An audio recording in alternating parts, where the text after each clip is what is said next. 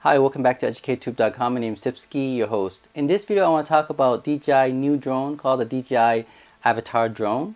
It's an amazing drone if you look at how they market it. However, I'm going to tell you right now 4 reasons why you should not get this drone, especially if you're a Canadian. Let's talk about it right now.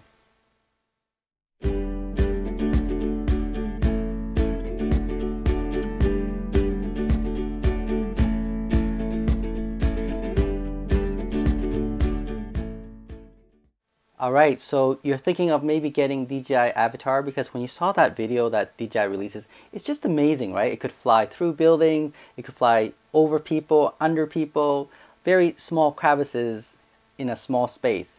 It sounds great, right? But here's a problem. I'm going to give you 4 reasons, okay?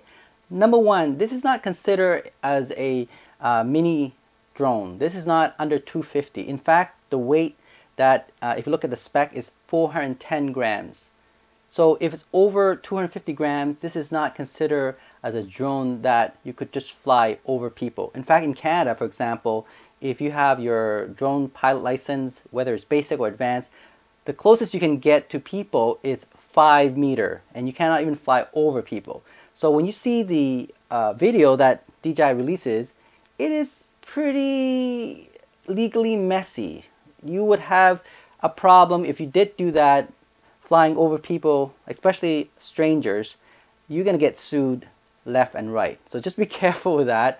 Now, if you have an actor or actress who's willing to allow these drones to fly close to them, over them, under them, that's fine as long as they write some kind of consent form that knowing that they might get injured because of these drones, okay. But again, that's another legal issue in itself. Just be aware of that.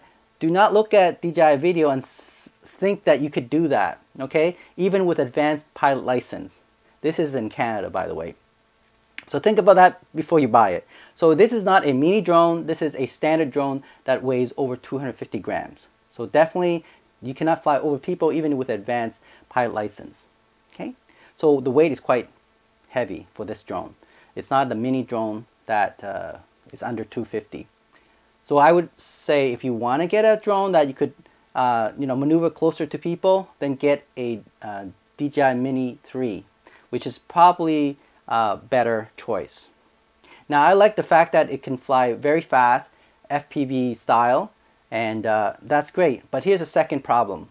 The battery life is only 18 minutes compared to the Mini 3. Mini 3 claimed to be 34 minutes.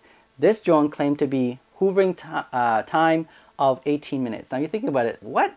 18 minutes versus 34 minutes, and it's weighing heavier. It just doesn't make sense. I think they might have to come up with a second version for this one. The third reason, of course, is the sensor size. Believe it or not, the Avata has a sensor of 1/1.7 versus the Mini 3, which is 1/1.3. So the Mini 3 actually has a bigger sensor. Okay, so this new drone, the Avata, does not have a big sensor at all.